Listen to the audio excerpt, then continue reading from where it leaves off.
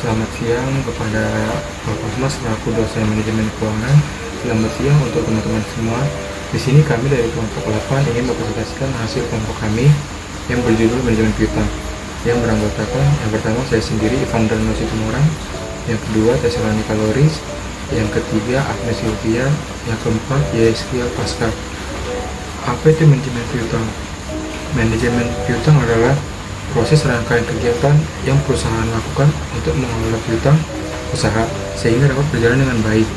Kegiatan tersebut berupa perencanaan dan pengawasan dalam bentuk mengklaim kepada pihak lain, perorangan, badan usaha, maupun pihak tertagih atas setiap aktiva atau kekayaan perusahaan yang timbul dari pelaksanaan transaksi penjualan kredit.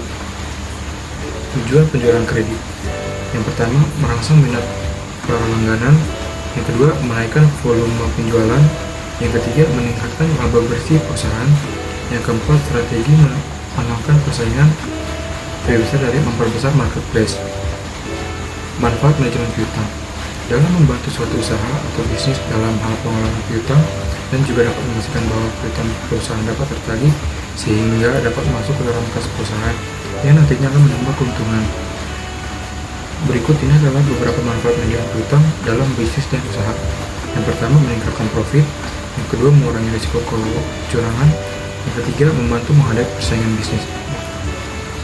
Faktor yang mempengaruhi besar kecilnya piutang. Yang pertama, ada volume penjualan kredit.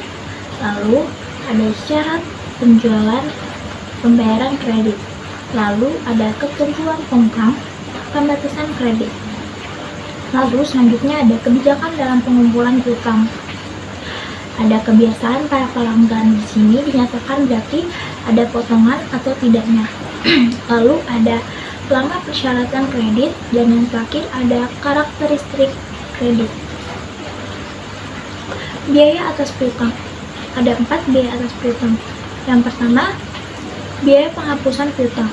Yang kedua, biaya pengumpulan piutang. Yang ketiga, biaya administrasi. Dan yang keempat, biaya sumber dana atau modal. Lalu selanjutnya ada pengendalian piutang. Yang pertama, ada penyaringan pelanggan. Yang kedua, penentuan resiko kredit. Yang ketiga, penentuan program-program.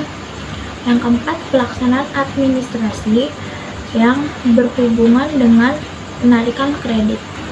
Yang terakhir, ada penentuan ketentuan dalam menghadapi penilaian terhadap calon pembeli atau risiko kredit. Yang pertama itu ada karakter, di mana menyangkut kejujuran dan tanggung jawab dalam memenuhi kewajibannya. Lalu yang kedua ada capacity, kemampuan untuk membayar hutangnya, yang bisa dilihat dari aktivitas dan juga jumlah hutang. Lalu ada kapital, dilihat dari jumlah modal sendiri yang dimiliki perusahaan dari suatu periode, perbandingan antara modal sendiri dan modal asing. Lalu ada yang keempat, collateral, jaminan dalam pengambilan kredit. Lalu yang terakhir ada condition, di mana kondisi perekonomian secara umum dapat dilihat. Lalu alasan perusahaan melakukan penjualannya itu secara kredit, yaitu untuk bertujuan untuk mempertahankan pelanggan-pelanggan yang sudah ada dan untuk menarik pelanggan baru dengan inovasi kebijakan tersebut. Jadi, dengan adanya penjualan kredit ini secara langsung kita akan memunculkan akun piutang usaha dan juga piutang dagang.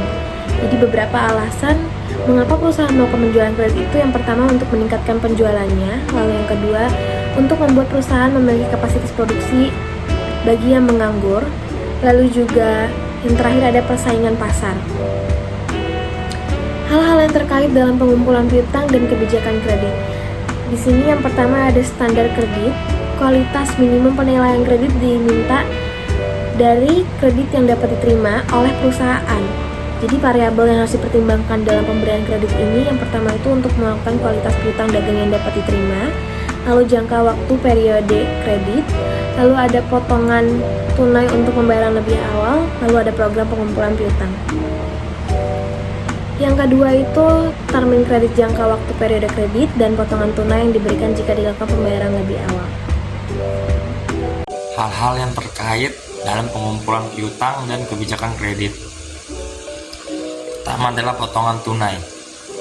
Presentasi pengurangan pembayaran dari jumlah bruto penjualan karena pembayaran dilakukan dalam periode potongan tunai. Yang kedua adalah default risk kerugian. Dari piutang dagang tidak tertagih yang mungkin terjadi karena pelonggaran standar kredit dan pelambatan waktu pengumpulan piutang. Jenis-jenis piutang. Yang pertama adalah piutang dagang. Adalah jumlah yang terutang oleh pelanggan untuk barang dan jasa yang telah diberikan sebagai bagian dari operasi bisnis normal. Piutang dagang biasanya yang paling signifikan yang dimiliki perusahaan. Yang kedua adalah piutang usaha, merupakan jumlah yang dibayarkan oleh pelanggan atas penjualan barang dan jasa dalam kegiatan usaha normal. Waktu membayar piutang usaha pada umumnya antara 30 sampai 60 hari. Yang ketiga adalah piutang non dagang. Adalah semua piutang yang timbul dari transaksi-transaksi secara tidak langsung berhubungan dengan penjualan barang atau penyerahan jasa yang dilakukan oleh perusahaan, termasuk diantaranya pertama adalah piutang yang timbul dari transaksi pinjaman seperti piutang pada perusahaan afiliasi piutang karyawan. Kedua adalah piutang pada perusahaan asuransi atas kerugian yang dipertanggungjawabkan. Yang ketiga adalah piutang pajak yang disetor. Yang keempat adalah piutang yang timbul dari pesanan atas penjualan atau penerbitan surat berharga atau sekuritas seperti piutang saham, piutang pemesan surat utang obligasi. Terakhir adalah piutang yang timbul dan merupakan fungsi waktu dari piutang pendapatan seperti piutang, bunga, sewa, dividen, dan royalitas. Dari kesimpulan piutang semuanya adalah piutang merupakan pihak lain di masa yang akan datang karena terjadinya suatu transaksi di masa lalu. Terima kasih.